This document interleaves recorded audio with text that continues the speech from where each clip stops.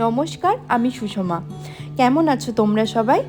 আজকে তোমাদের সাথে শেয়ার করতে চলে এলাম গলদা চিংড়ির রেসিপি। এই রান্নাটা আমি আমার শাশুড়ি মায়ের থেকে ইলিশ মাছ বানাতে শিখেছিলাম, কিন্তু আজ এটা চিংড়ি মাছের ওপর ট্রাই করলাম। প্রথমেই দেখলেন চিংড়ি মাছগুলোকে ধুয়ে নুন হলুদ মাখিয়ে রেখেছি। এবারে কড়াইয়ে সর্ষের তেল গরম করে নিলাম, তারপর চিংড়ি মাছগুলোকে হালকা ভেজে তুলে নিলাম।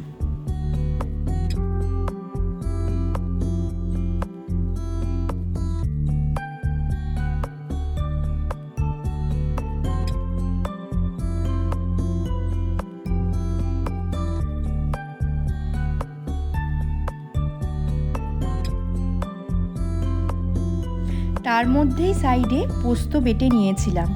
এবার দেখুন একটা মিক্সার গ্রাইন্ডারে একটু সর্ষে ও কাঁচা লঙ্কা দিয়ে সামান্য নুন আর পোস্তটা দিয়ে ভালো করে বেটে নিলাম।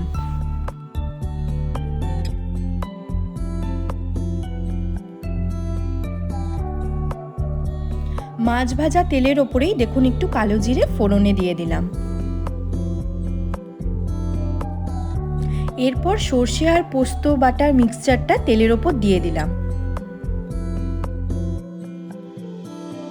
এবার এটাকে একটু ভালো করে নাড়াচাড়া করে নিচ্ছি।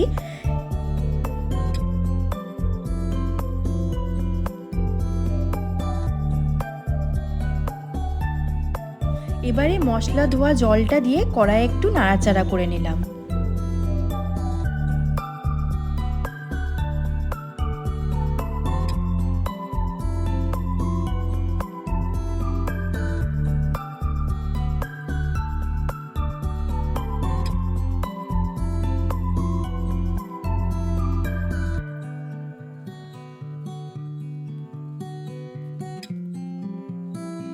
এবার স্বাদ মতো নুন আর হলুদ দিয়ে ফুটতে দিয়ে দিলাম।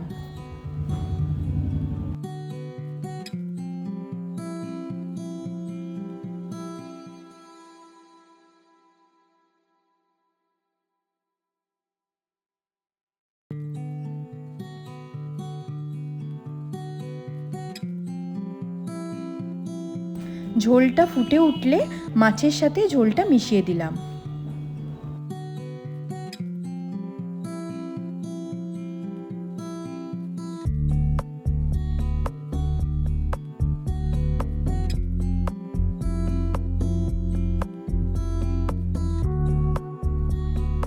আর টেস্টটাকে একটু ব্যালেন্স করার জন্য একটু চিনি দিয়ে দিলাম। মাঝে টেস্ট করে দেখলাম একদম ঝাল হয়নি, তাই রান্নার মাসিকে বললাম একটু লঙ্কা গুঁড়ো অ্যাড করতে। ও হ্যাঁ, আমাদের রান্নার কল্পনা মাসি না থাকলে আমি রান্নাঘরে কিছুই বুঝতে পারি না। তোমরা জানিও রেসিপিটা কেমন লাগলো।